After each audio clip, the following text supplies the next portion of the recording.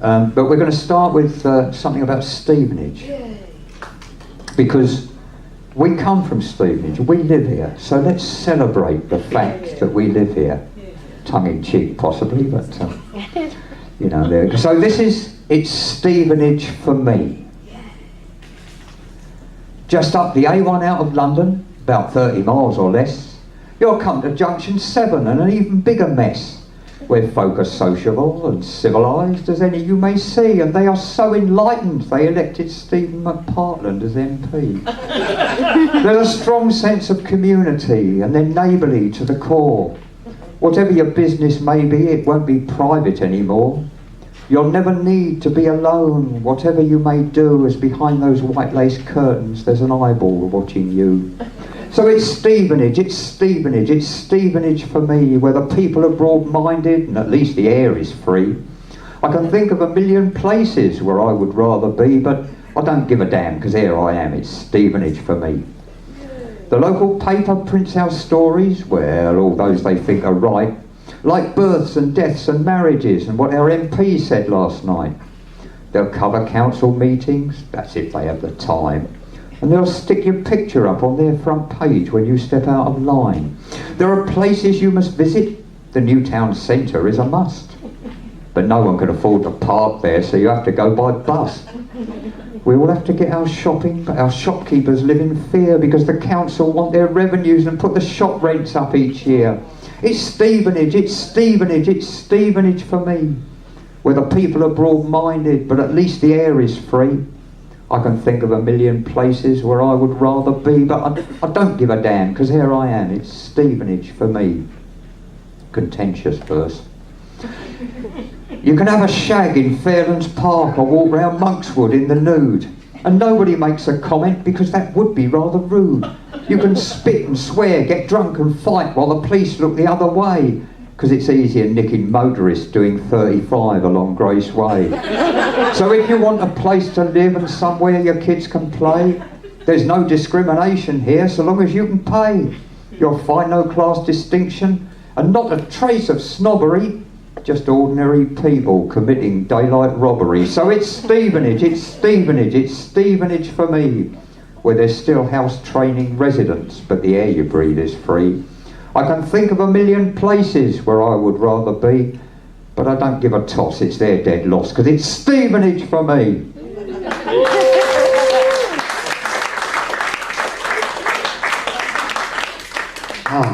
The town we live in, eh? Corona, it's affected everybody, hasn't it? Checks time. Yeah, it really has. So I'm going to do a talking blues about the coronavirus. It's called Talking Corona and the Virus Blues, a cautionary tale. This is nearly true, by the way, nearly. Well, we were feeling kind of low and blue, didn't know what in the hell to do. That coronavirus in the air, damn thing was getting everywhere, and according to the government, me and the missus are on the endangered species list. So we decided to go shopping down the town. Seemed to be thousands of people around. We're both masked up in case it spreads, and maybe we'd be better off staying in bed, but we needed some groceries. Yeah, I know, you know the feeling too, huh? So we decided to hit the local Tesco's first. I mean, things are bad, but they just got worse, because despite the government saying people should wear masks, you've got half the punters not even taking the task for not wearing one, coughing and sneezing over everybody up and down the aisles. So we pushed our trolley round and round, went up some aisles, then went down. I said, maybe we could get some booze. A few beers might brighten up the news if things are getting desperate. Things always look better if you're a little pissed. Well, we got to the aisle, but it was bare. Wasn't any alcohol anywhere. Looked up the top and then the bottom. Then I saw the boxes everyone had forgotten. And guess what was written on them? Yep, you guessed it. Corona. Seems like some people don't like the connotations. So we filled up the trolley and went to pay, hoping against hope to get home safe that day. Called out to a friend as we got back to the car, loaded our bags, but we hadn't gone far when the sirens started up behind us, and you can guess whose they were. So I stopped the car at the side of the road, went down the window knowing that I might explode, and waited for the police to come on down, but they're still on the radio looking around. Then finally one of them decided to walk over and talk to us. And this upright upholder of the Lord didn't even have a mask on. So I started off politely, because I don't need the trouble, and I really didn't want to burst his bubble, so I asked him what the problem was, and he told me I was breaking the law, and that was because apparently I was transporting the coronavirus across a county line. But we got frozen food in the back, so I didn't have any time for his stupidity. I just needed to get it to our freezer. He said he wanted to look in the back. I said, no problem. I opened the boot up a crack, and he looked at the boxes, said, we picked the right one this time. Do you realise you've committed an awful crime? So you'll be arrested and charged when you're both down the station. If you'd like to follow me, we can get this nastiness seen to. So I started up the car and I followed him there. We both got stuck in a cell like they hadn't a care, and I'm still wondering what the hell was going on, but it turns out I didn't have to wait that long, because a sergeant came in and said there'd been a mistake and we were allowed to go, but there was one thing I couldn't take. And you can guess what that was. Yep, you got it. It was the beer. He said that would be sent to a government laboratory to be tested and tried, and other things all exploratory, and if it was found there was anything infected, any excuse I gave in court would be rejected, and in spite of Tesco selling us the case, I'd be imprisoned for endangering the human race. And the truth is, I've never heard so much bollocks in my life. And the moral of this story is quite clear. Be careful when you buy Corona beer. Watch what you do and watch what you say, and never tell a friend what I said that day in Tesco's car park loud and clear. Got a case of Corona, so never fear. I'm going to get pissed and ride it out, because there's always someone out and about who's not got batteries in their hearing aid. So to hell with the snitches and the telltales too, and the neighbours who grass up everything that you do. But there is one thing I forgot to mention. I mean, I don't want to make people look stupid, that's not the intention. But if they'd checked the car's glove box instead, they would have found the remains of a human head with a scumbag who tried to grass us up last week. Just saying.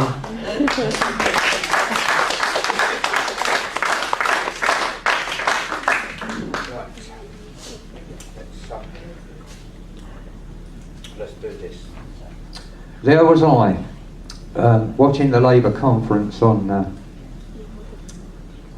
the news, thinking, I wonder if he's got the bottle to actually say anything about it, and he hadn't, which none of them have for the last 11 years now.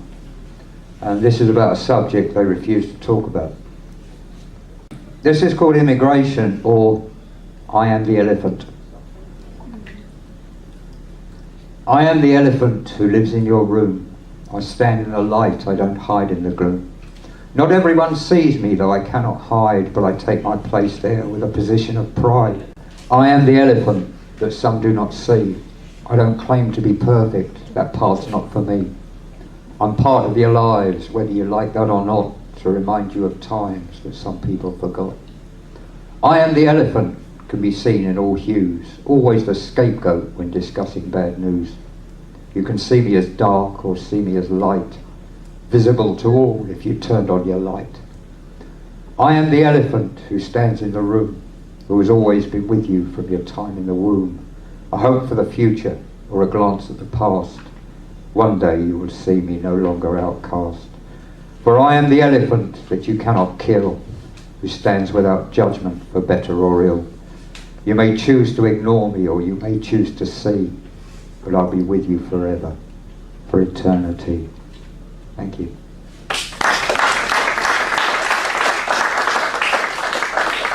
Right, that's my lot for the first part. Social media, it's a double-edged sword, really, isn't it? I'm going to do a poem sort of about it. This was started with the aggravation over a cartoon that appeared in an Australian newspaper when Serena Williams threw a strop while she was playing tennis because she got a bollocking for being coached, which is actually illegal during the match. So she threw a strop. The cartoonist did a brilliant cartoon, and I nearly wore it as the t-shirt tonight, but saner heads prevailed, because I do actually have a t-shirt with it on. And I don't think it's racist just because Serena's black. It's because she was stupid. If you're going to have a strop in front of millions of people and the TV cameras, it's going to go on social media and people are going to laugh about it and people are going to do cartoons about it. So this is about that and a lot of other things. You may feel you're being targeted here, and you are. This is called targets, and it applies to everybody here just as much as it applies to everybody outside here. You can't make fun of princes, you can't make fun of kings, you can't make fun of princesses or any of those royal things. You can't make fun of women, you can't make fun of men, you can't make fun if there is any doubt because it'll get you in trouble again. You can't make fun of gay people, you can't make fun of a straight, you can't make fun if they haven't made up their minds because that's now also classed as a hate. You can't make fun if they're ugly, you can't make fun if they're fat. You can't make fun because they ate all the pies. They don't wish to be reminded of that. You can't make fun of black people, and you can't make fun of the whites. You certainly can't make fun of the Greens, as that could never be right. You can't make fun of a Muslim. You can't make fun of a Jew. You can't make fun of a Christian without upsetting somebody's medieval view. You can't make fun of a vegan or climate changers hugging their tree. You can't make fun of pescatarians, although that sounds rather fishy to me. You can't make fun of animal rights, probably animal lefts as well. Picking on somebody's four-legged friend is a fast track straight down to hell. You can't make fun of a migrant. Who knows what they had to endure? Not every country has freedoms like ours, although they now seem to be getting far fewer. You can't make fun of a criminal, especially if they're not very bright. You can't make fun of a terrorist, not now they all have human rights. You can't make fun of those who do sports, though some cheat and some don't just to win. You can't make fun when they're beaten, because that's picking on losers again. You can't make fun of those who are poor, but you can make fun of the rich. Hypocrisy, I know, but it's the way of the world, so I'm going to start scratching that itch. You can't make fun of the Labour left wing. I'm talking Corbyn and Abbott and co. You can't make fun of those so far up their own arse that dynamite wouldn't help if it blew. You can't make fun of Black Lives Matter. That gets you called racist, you know. But the first known civilization had slavery in North Africa 30,000 years ago. But you can make fun of the Tories. That's allowed because they're right-wing and that's wrong. Anyone labelled a fascist or Nazi is a target for everyone's scorn. But this world might benefit if humour was allowed once again its full reign. But there'll always be one who feels picked on, and off we go down that road once again. I think that covers the multitude. I don't think I left too many out. Minority or majority, who gives a damn? That's what this thing is about. Because everyone on this planet's a target for anything they say and they do. Which is why I'm standing here letting it go, ripping the piss out of the self-righteous like you. Got it? Cheers.